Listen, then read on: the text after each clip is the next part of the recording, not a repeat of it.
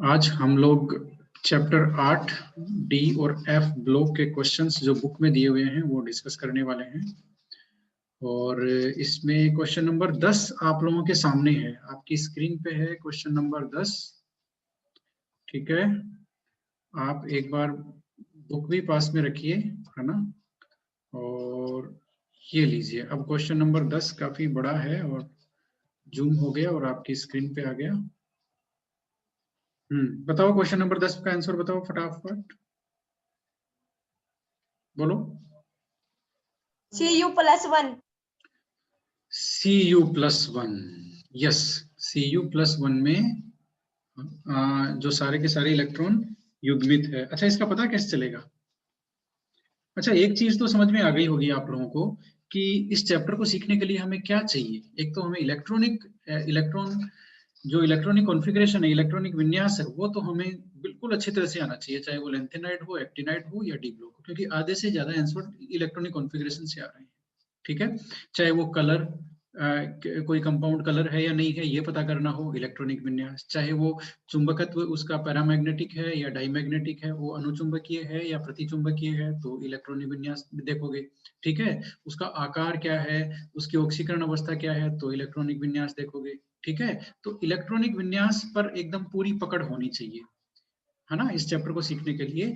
तो Cu+ इसका answer है, और उसका कारण क्या है कि कॉपर का इलेक्ट्रॉनिक कॉन्फ़िगरेशन जो होता है वो होता है 3d10 और 4s1। अब ये Cu+ ऑक्सीकरण अवस्था है इसकी, तो 4s1 का जो इलेक्ट्रॉन है वो बाहर निकला हुआ है Cu+1 में, और Cu+1 का इलेक्ट्रॉनिक कॉन्फ़िगरेशन हो गया 3d10। अब 3d10 हम बनाएंगे, बॉक्स के रूप में 3d10 बनाएंगे, तो 10 इलेक्ट्रॉन यहाँ रखोगे तो सारे के सारे युग्मित अवस्था में ही आएंगे। ऐसे दो दो इलेक्ट्रॉन आ जाएंगे ना, तो सारे के सारे इलेक्ट्रॉन युग्मित होंगे। ठीक है, क्वेश्चन नंबर 11 बताओ अभी, बताओ, पता है ना इसका आंसर क्या है? इसमें डी कक्षक अपूर्ण नहीं है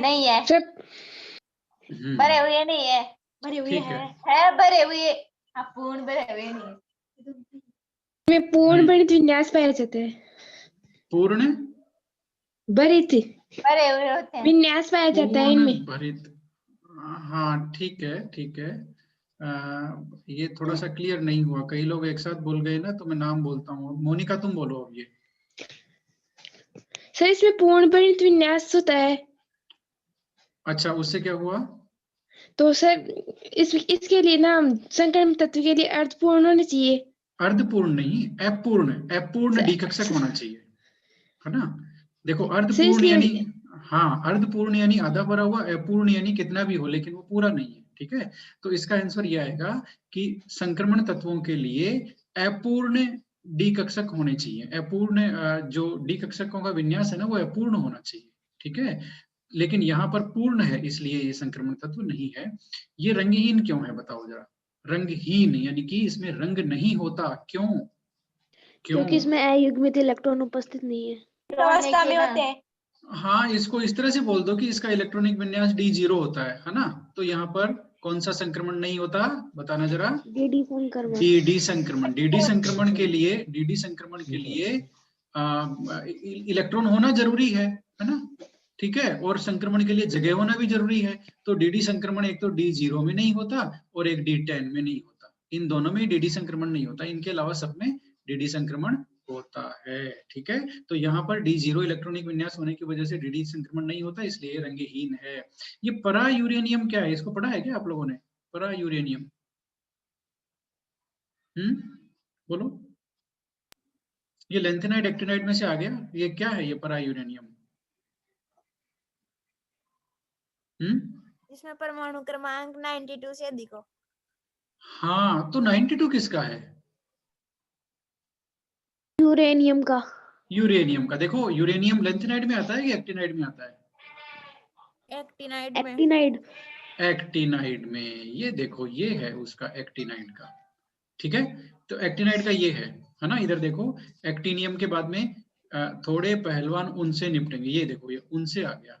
ठीक है, ये है यूरेनियम, है ना। तो यूरेनियम, अब एक्टिनियम का 89 होता है, ये सबको ध्यान है, हमें दो तो याद रखने ही रखने हैं, एक तो एक्टिनियम का 89 और एक लेंथेनम का 57, ठीक है। उसके 57 के बाद 58 से लेंथेनाइड और 89 के बाद 90 से एक्टिनाइड शुरू हो रहे हैं, ठीक है। तो थोरियम का 90 हो गया, इसका 91 हो गया, यूरेनियम का 92 हो गया। तो यूरेनियम के बाद वाले तत्व सारे के सारे एक्टिनाइड्स को क्या बोलते हैं, बोलना जरा, परा यूरेनियम तत्व। तो इसमें हम ऐसे भी कह सकते हैं कि यूरेनियम के पश्चात एक्टिनाइड सीरीज में जो तत्व हैं उन्हें हम कहते हैं एक्टिनाइड और परा यूरेनियम तत्व, ठीक है। हाँ ये बताओ भाई, ये तो बड़ा अच्छा है क्वेश्चन नंबर 14, कोई धातु अपनी उच्चतम ऑक्सीकरण अवस्था केवल ऑक्साइड या फ्लोराइड में ही क्यों दिखाता है, इसको तो हमने आकार अत्यधिक छोटा होने के कारण, और इसमें भी दूसरी ऋणता भी अधिक होती है। हाँ, एक तो ऑक्सीजन आयनन और विभव के कारण, नहीं, उच्च आयनन विभव तो नहीं था, उच्च इलेक्ट्रॉन वो थी, उच्च विद्युत ऋणता। एक तो इनका आकार छोटा होता है, ठीक है, एक इनकी उच्च विद्युत ऋणता होती है ना, जिसको बोलते हैं इलेक्ट्रॉन निगेटिविटी, वो उच्च होती है। उससे क्या हुआ, उससे इनके जो यौगिक बनते हैं उनमें जालक ऊर्जा अधिक होती है, और जालक ऊर्जा अधिक होने से वो जो ऑक्साइड और फ्लोराइड है वो हो गया स्थायी, ठीक है। इसलिए केवल यही दो एलिमेंट ऐसे हैं जो हाईएस्ट ऑक्सीडेशन अवस्था, जैसे Mn की ऑक्सीडेशन अवस्था होती है हाईएस्ट +7, उसको ये स्थायी कर सकते हैं, ठीक है।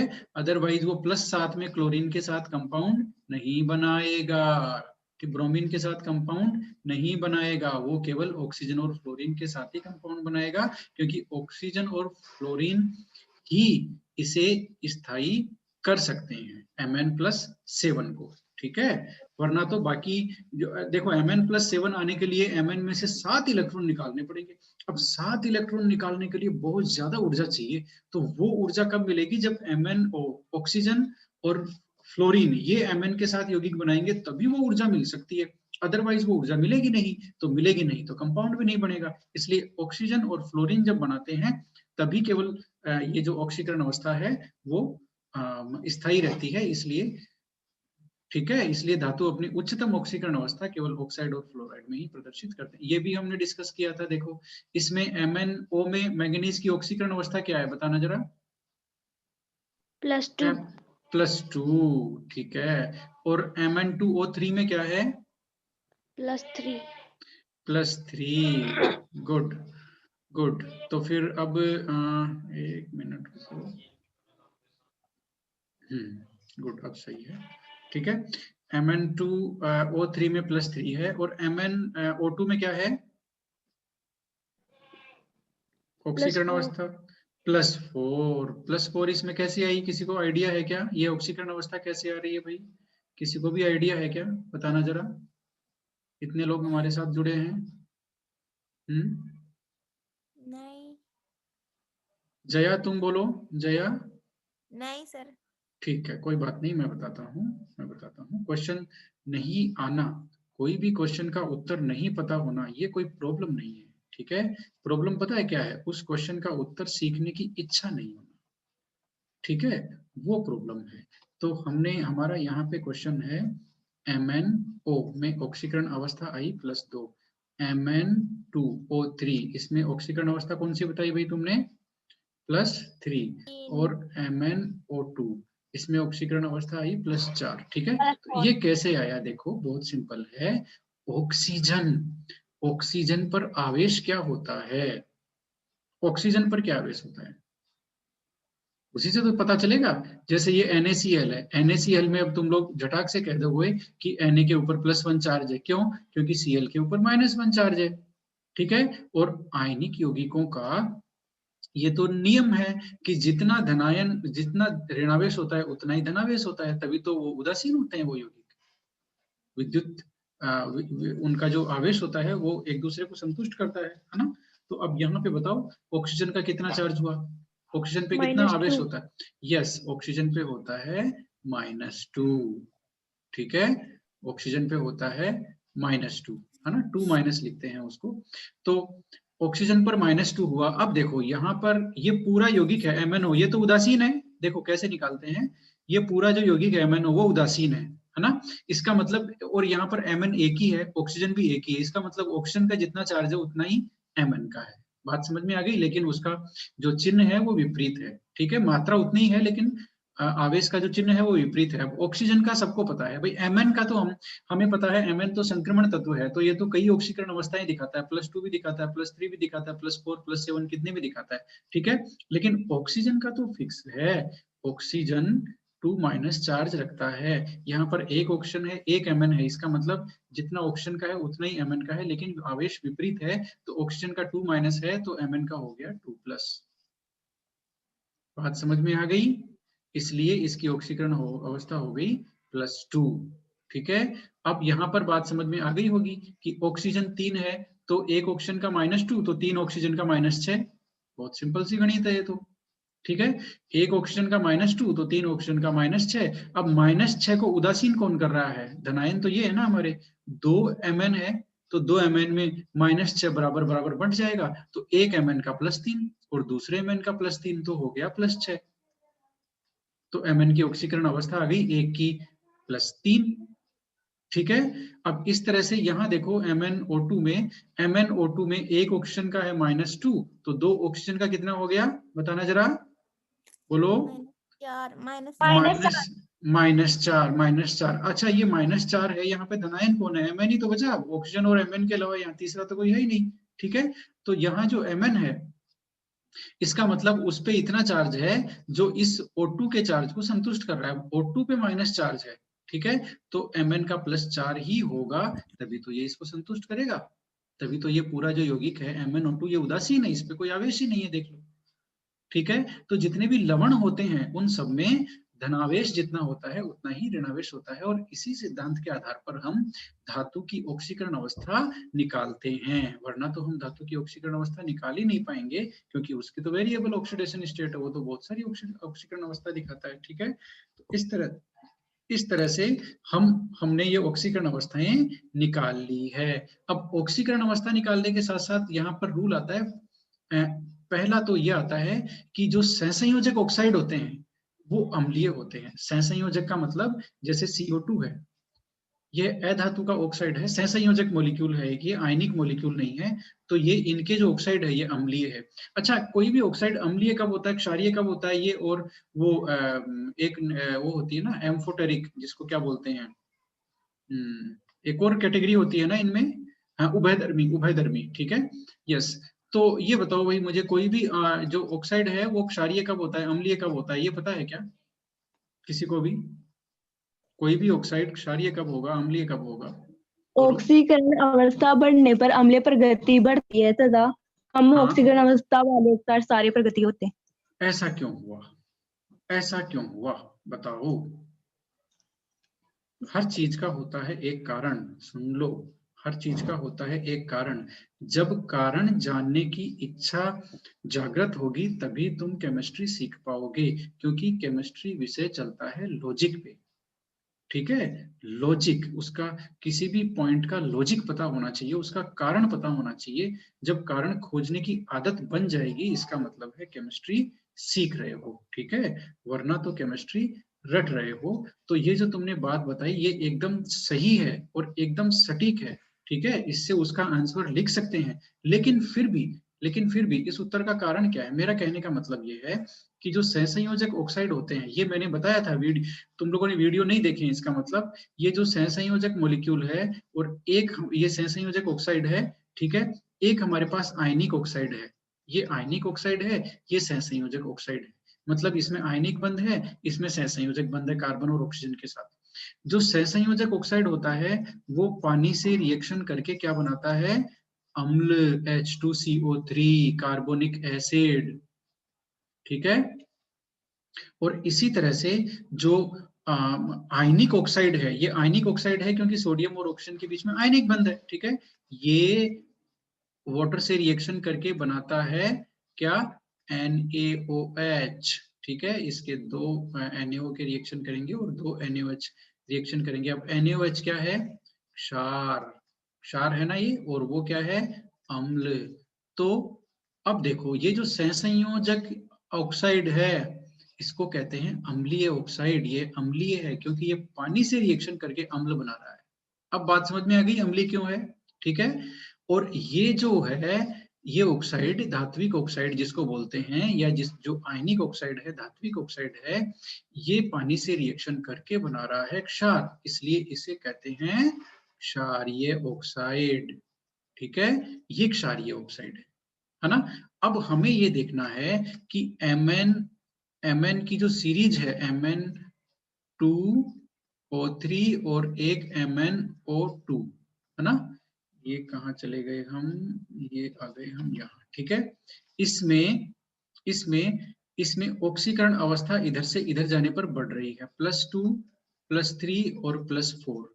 अब ये चीज फायान ने बताई थी। फायान का एक रूल है, क्या रूल है कि कैटायन यानी कि धनायन जब छोटा हो जाता है तो वो जो आयनिक बंध बना रहा है उसमें सहसंयोजक गुण आ जाते हैं। बात सही है ना। ये आयनिक बंधों में सहसंयोजक गुण कब आता है, ये बताया है किसने, बोलना जरा जोर से इसका नाम बोलो।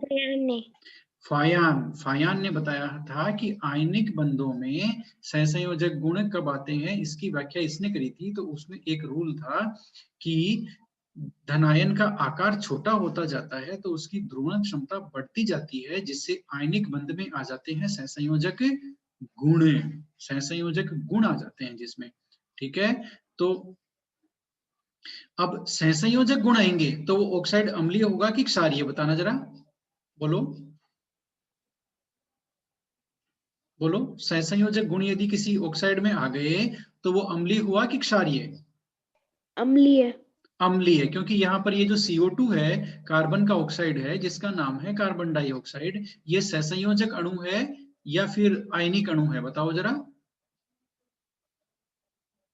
सहसंयोजक। सहसंयोजक। तो ये जो CO2 है ये सहसंयोजक है, ठीक है। अब सहसंयोजक होते हैं वो अम्ल बनाते हैं पानी के साथ रिएक्शन करके, इसलिए हमें यहाँ पर ये देखना है कि जिस ऑक्साइड में सहसंयोजक गुण ज्यादा हैं अम्लीय होगा, जिसमें सहसंयोजक गुण कम है या फिर आयनिक गुण ज्यादा है वो क्षारीय होगा, ठीक है। अब सहसंयोजक गुण कैसे पता चलेगा, धनायन के आकार से। धनायन का आकार जितना कम होता जाएगा धनायन की ध्रुवण क्षमता उतनी ज्यादा होती जाएगी और वो ऋणायन का उतना ज्यादा ध्रुवण करेगा, जिससे आयनिक बंध में सहसंयोजक गुण बढ़ जाएंगे। इसलिए अब आकार का पता कैसे चलेगा, आकार का पता ऑक्सीकरण से चलता है, ये तो हम जानते ही हैं। जैसे जैसे इलेक्ट्रॉन निकालते जाते हैं किसी भी आयन में से या कैटायन का ऑक्सीकरण अवस्था जैसे जैसे बढ़ती जाती है वैसे वैसे उसका आकार छोटा होता जाता है। ये तो हम बात कर चुके हैं कि धनायन की ऑक्सीकरण अवस्था बढ़ने से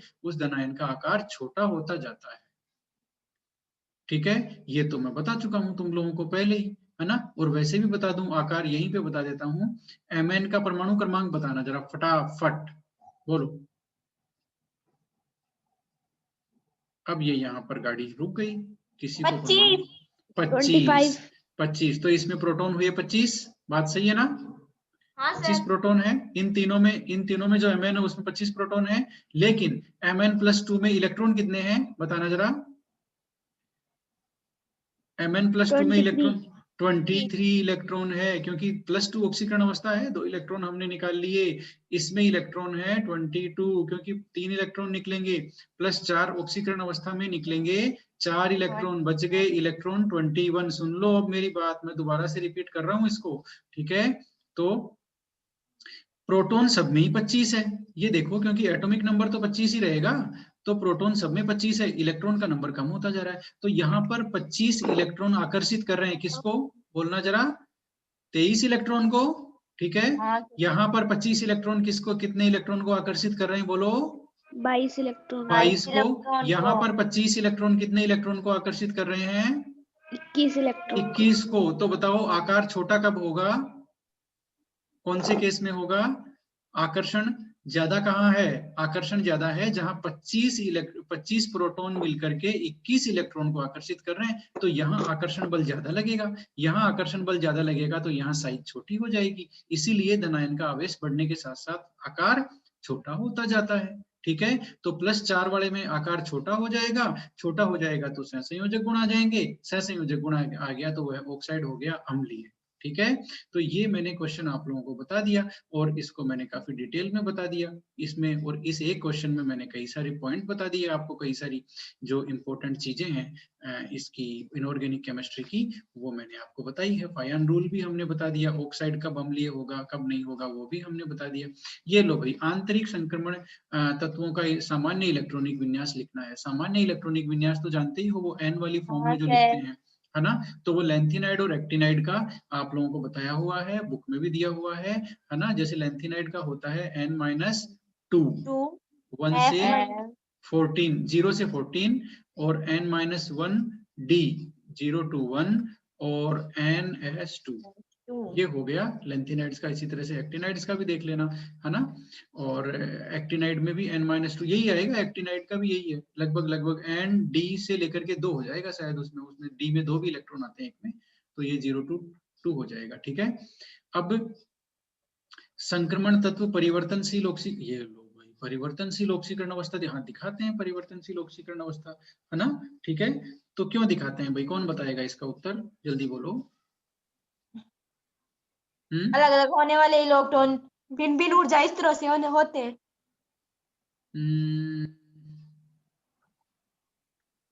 ठीक है, लेकिन ये आंसर थोड़ा सा स्पष्ट नहीं है, और बताओ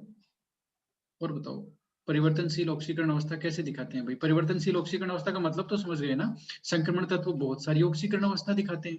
ठीक है, अपनी ऑक्सीकरण अवस्था को बदल लेते हैं, यौगिक बदला, यौगिक में उनके साथ मतलब वो एक ही ऋणायन के साथ कई ऑक्सीकरण अवस्था वाला यौगिक बना सकते हैं। जैसे हमने देखा Mn+2 में भी बना रहा है ऑक्साइड, +3 में भी ऑक्साइड बना रहा है, +4 में बना रहा है। इस तरह से Mn+5 का बनाता है, +7 का बनाता है ऑक्साइड। ठीक है, तो ये क्या हुआ भाई, Mn ने ऑक्सीजन के साथ यौगिक बनाया लेकिन अलग अलग ऑक्सीकरण अवस्था में बनाया, तो इसे बोलते हैं परिवर्तनशील ऑक्सीकरण अवस्था। तो ऐसा कैसे हुआ? परिवर्तनशील ऑक्सीकरण अवस्था हमने एक टेबल भी देखी थी जिसमें ढेर सारी ऑक्सीकरण अवस्थाएं थी इनकी सभी की।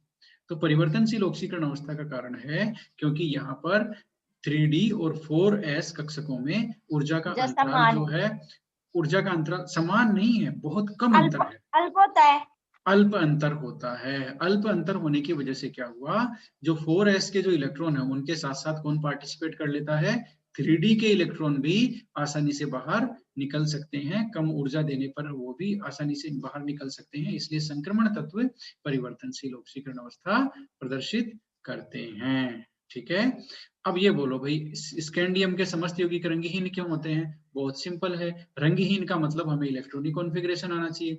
स्कैंडियम ऐसा तत्व है जो कभी परिवर्तनशील ऑक्सीकरण अवस्था नहीं दिखाता, इसकी केवल एक ही ऑक्सीकरण अवस्था होती है, स्कैंडियम +3। तो उसमें इलेक्ट्रॉनिक विन्यास होता है इसका D0, 3D0। अब 3D0 में तो DD संक्रमण की संभावना है क्या? नहीं, तो नहीं है तो DD संक्रमण भी नहीं हो रहा, तो रंग भी नहीं आएगा। ठीक है, और एक कलर व्हील भी मैंने बताया हुआ है, पूरक कलर कैसे दिखता है वो कलर व्हील मैंने बताया हुआ ना तुम लोगों को। हाँ, ओके, गुड। तो अब ये देखो, ये जीडी का नाम क्या है भाई, बता दो जरा। गैडोलीनियम का परमाणु क्रमांक यहाँ पर 64 दिया हुआ है। इसमें अयुग्मित इलेक्ट्रॉनों की संख्या हो जाएगा, कोई दिक्कत नहीं, इसका इलेक्ट्रॉनिक विन्यास लिख करके इससे हो जाएगा। ठीक है, अब संक्रमण तत्वों के यौगिक चुंबकीय आघूर्ण, ये लो भाई, इन्होंने बताया एक संक्रमण तत्व ऐसा है जिसके यौगिक के चुंबकीय आघूर्ण उसका 3.9 है, तो अयुग्मित इलेक्ट्रॉनों की संख्या बताओ। ये लो, बता दो, अब तो इसमें तो कुछ करना ही नहीं है, बोल दो।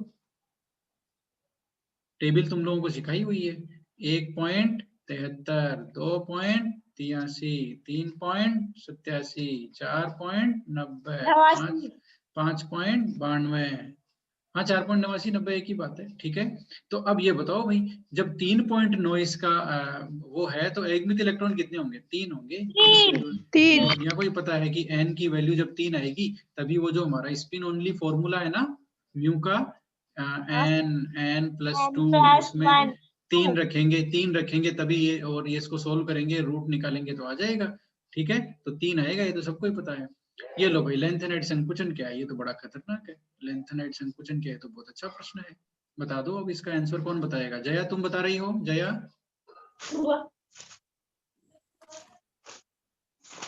जया जितना पता है उतना बताओ, है ना, बोलो, लेकिन बोलना जरूरी है, ठीक है। आकार में परमाणु क्रमांक के साथ आई हुई क्रमिक कमी को। नहीं, तुम कौन हो? जया थोड़ी हो तुम। जया को बोलने दो एक बार। जया, जया क्या तुम्हें आता है ये?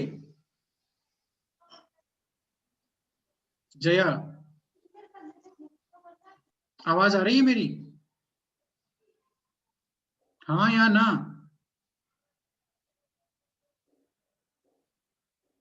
ठीक है, काजल तुम बताओ। काजल प्रजापत, लेंथेनाइड संकुचन, ये तो हमने अभी अभी किया है, 2 दिन पहले ही किया है। काजल,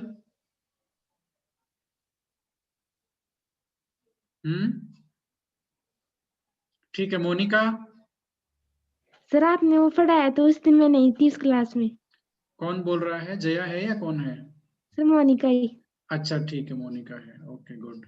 कविता तुम बताओ। कविता, कोई बात नहीं, बुक में देख के बता दो, जो लिखा है वो बता दो। ऐसा कुछ, ऐसा थोड़ी है, कोई पकड़ने थोड़ी आ रहा है कि बुक में क्यों देख रहे हो, लेकिन बताओ तो सही, कम से कम तुम्हें पता चलेगा बुक में कहाँ लिखी हुई है परिभाषा। और तुम लोग परिभाषा को एक बार बोलोगे तो हो सकता है थोड़ी बहुत याद भी हो जाए, समझ में भी आ जाए, ठीक है। कविता, लेथेनाइड श्रृंखला में बाएं से दाएं जाने पर परमाणु एवं आयनिक त्रिज्याएं दोनों ही घटती हैं त्रिज्या को प्रभावित करने।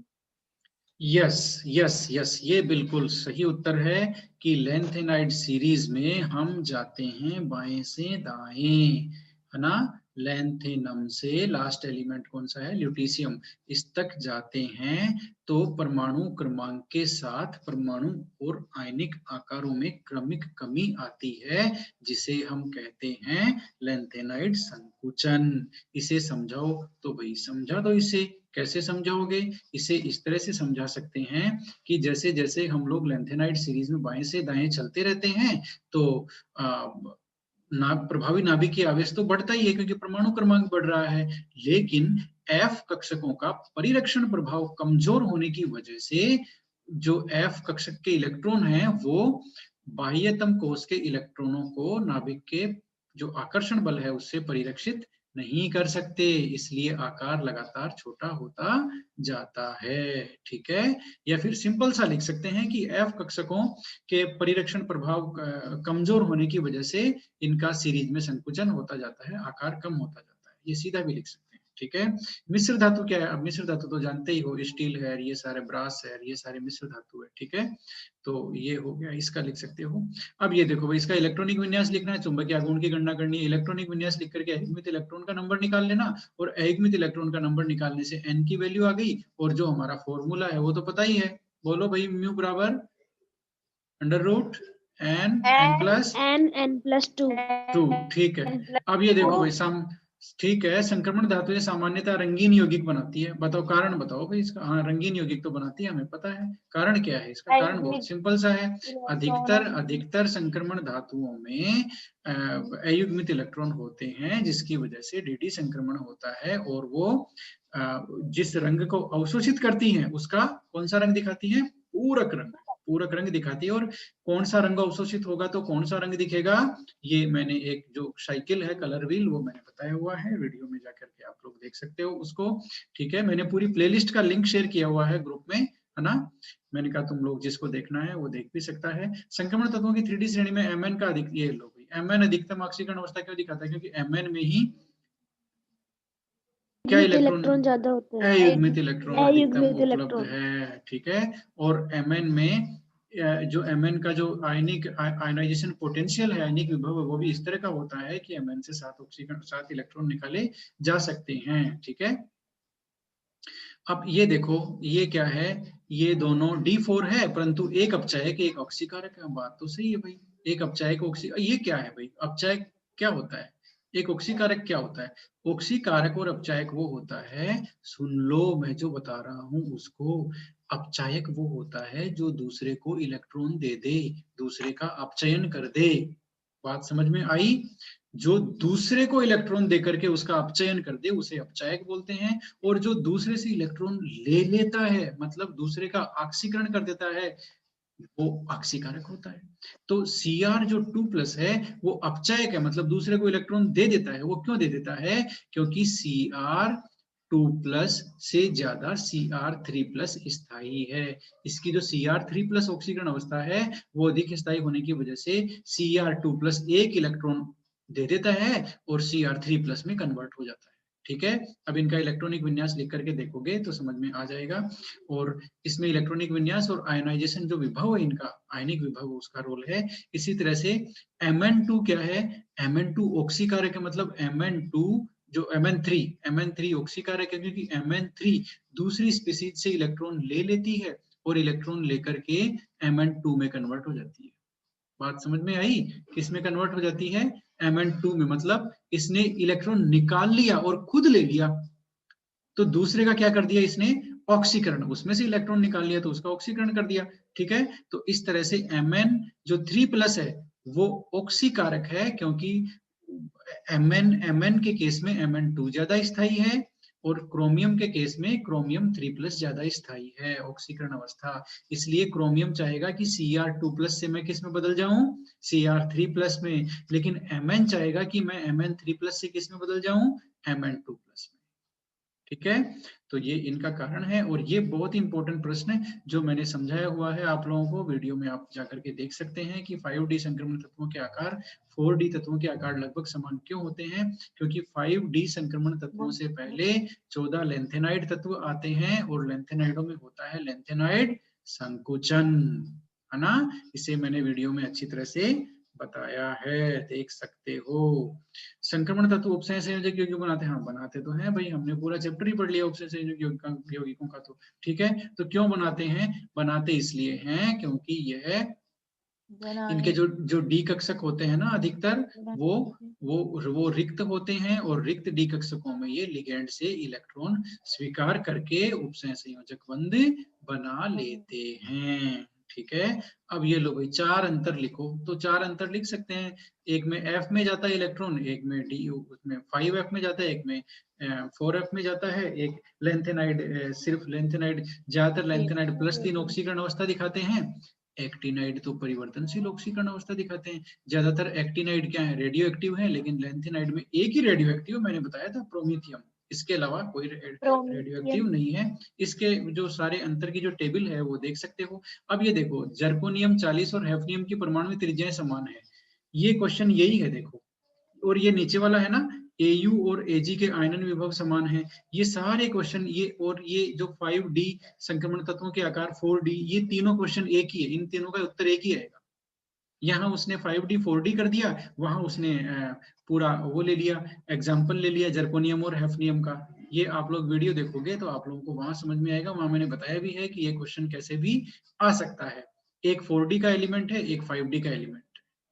ठीक है, तो इस तरह से अब KMnO4 में, अब ये लो भाई, ये तो बताना पड़ेगा भाई, Mn की KMnO4 में Mn का चुंबकीय गुण कैसे निकालोगे भाई, बताना जरा।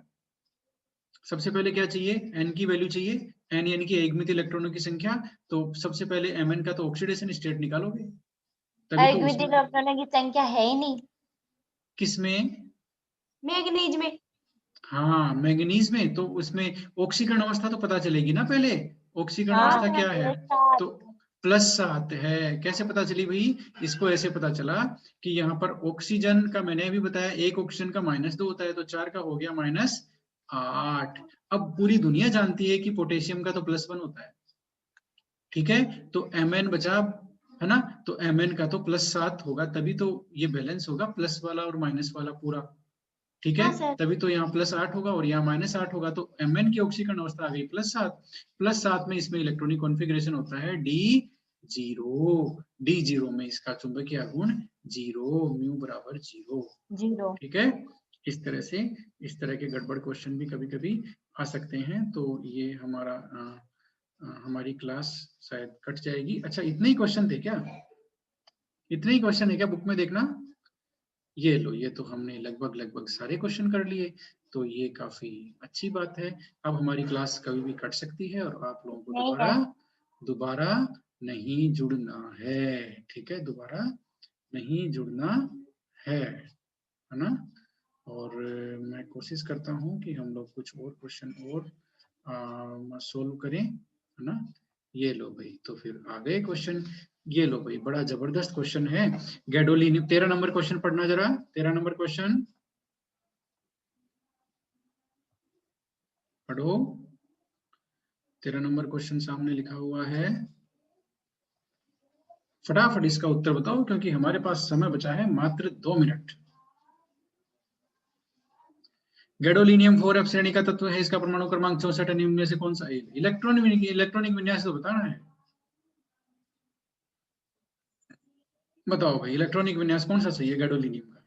पहला, फर्स्ट। पहला सही है, पहला सही है, क्योंकि गैडोलिनियम के जो ऊपर जो तत्व होता है ना, उसमें 4f7 आ जाता है, ठीक है, और 5d0 रहता है, 6s2 आता है उसमें, इसके ऊपर जो तत्व होता है, ठीक है। अब गैडोलिनियम में क्या होगा कि 4f8 नहीं होगा, क्योंकि यदि 4f8 हो जाएगा तो इसका जो अर्धभरा इलेक्ट्रॉनिक विन्यास है वो क्या हो जाएगा? वो हो जाएगा क्या बोलते हैं, अस्थायी, ठीक है। इसलिए उसको स्थायी बनाए रखने के लिए डी में एक इलेक्ट्रॉन जाएगा, तो ये 4f8 नहीं होगा, 4f7 ही रहेगा, लेकिन डी में एक इलेक्ट्रॉन चला जाएगा, है ना। तो अगला इलेक्ट्रॉनिक विन्यास गैडोलिनियम का 4f7 5d1 6s2 हो जाएगा। ये पीएमटी का क्वेश्चन है, ठीक है। तो आप लोग इस तरह के क्वेश्चन आराम से कर सकते हो। चलो भाई, ये बता दो मेरे को, ये बड़ा खतरनाक क्वेश्चन है, देखो क्वेश्चन नंबर 14। गुण नहीं है, क्लास हमारी कभी भी कट सकती है, फटाफट बताओ। नहीं है, नहीं है में ये आता है रासायनिक रूप से बहुत क्रियाशील होते हैं, ये नहीं है, वो रासायनिक रूप से क्रियाशील नहीं होते, इसीलिए तो हम ये यौगिक बनाते हैं, अंतराकाशी यौगिक, इसीलिए तो हम बनाते हैं, ठीक है। तो इस तरह से ये जो चैप्टर है इसमें से आए हुए पीएमटी के कुछ क्वेश्चन हैं, और है ना, तो ये काफी सारे अच्छे इंपॉर्टेंट क्वेश्चन हैं। और अब हमारे पास